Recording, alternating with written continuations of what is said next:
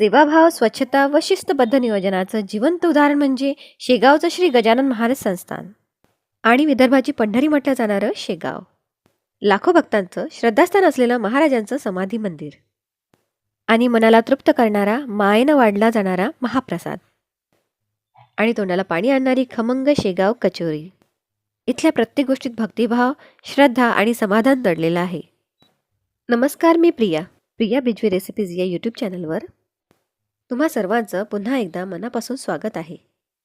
तुम्ही जिथे कुठे राहत असणार तिकडून शेगाव रेल्वे स्टेशनला थांबणारी ट्रेन पकडून तुम्ही शेगावात येऊ शकता.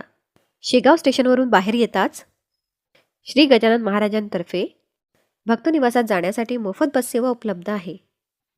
दररोज पहाटे 5 वाजेपासून भक्तांच्या उपलब्धतेनुसार दर अर्ध्या 1 तासाने ही अगदी फ्री बससेवा उपलब्ध आहे.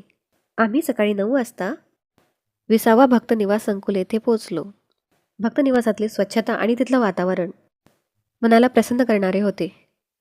एकदम कमी पैशामध्ये भक्तनिवासात तुम्ही राहू शकता.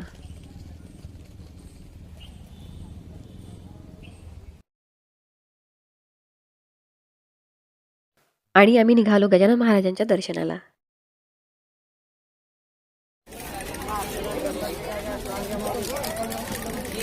आणि समोर होतं भव्य आणि सुंदर असलेलं प्रवेशद्वार.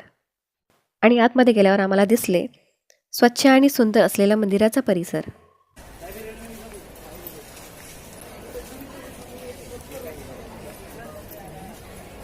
मंदिराच्या आवारातच मोठे असे लॉकर रूम आहे. तुम्ही इथे तुमचं सामान सुरक्षित ठेवू शकता. आम्ही आमचं सामान लॉकर रूममध्ये ठेवलं आणि निघालो दर्शनाला महाराजांच्या. यावरून दिसूनच पडते की संस्थानाचं व्यवस्थापन किती चोख आहे आणि लाखो भक्त येऊ शकेल दर्शनाला यासाठी खूप भला मोठा असा स्टँड एरिया बनवला आहे. भक्तांची कोणतीच असुविधा झाली नाही पाहिजे यासाठी संस्थानाने पिण्याच्या पाण्याची सोय, विनामूल्य जेवण व प्रसाधन गृहे ही सगळी व्यवस्था संस्थानाने करून ठेवलेली आहे.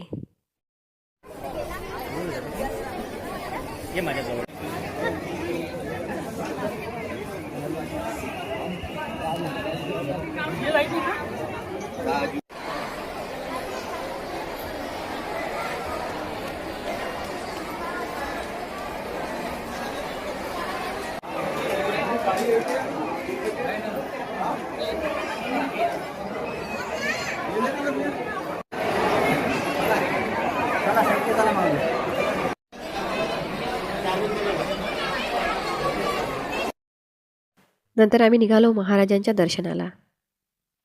महाराजांच्या दर्शनाला किती वेळ लागेल असे जागोजागी फलक लागलेले आहे.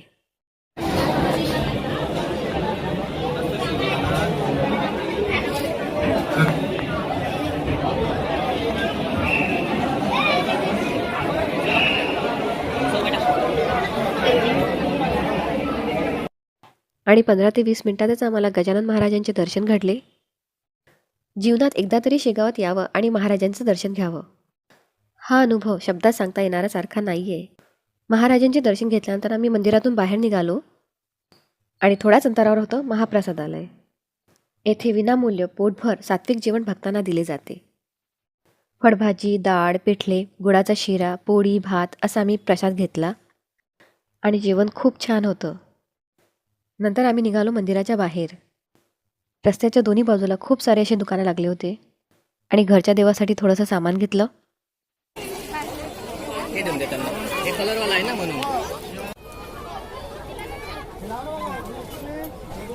नंतर जाताना आम्ही खाली शेगावची खमंग अशी शेगाव कचोरी, अंदरून नरम असलेली आणि बाहेरून कडक, ही शेगावची कचोरी खायला खूप टेस्टी लागते.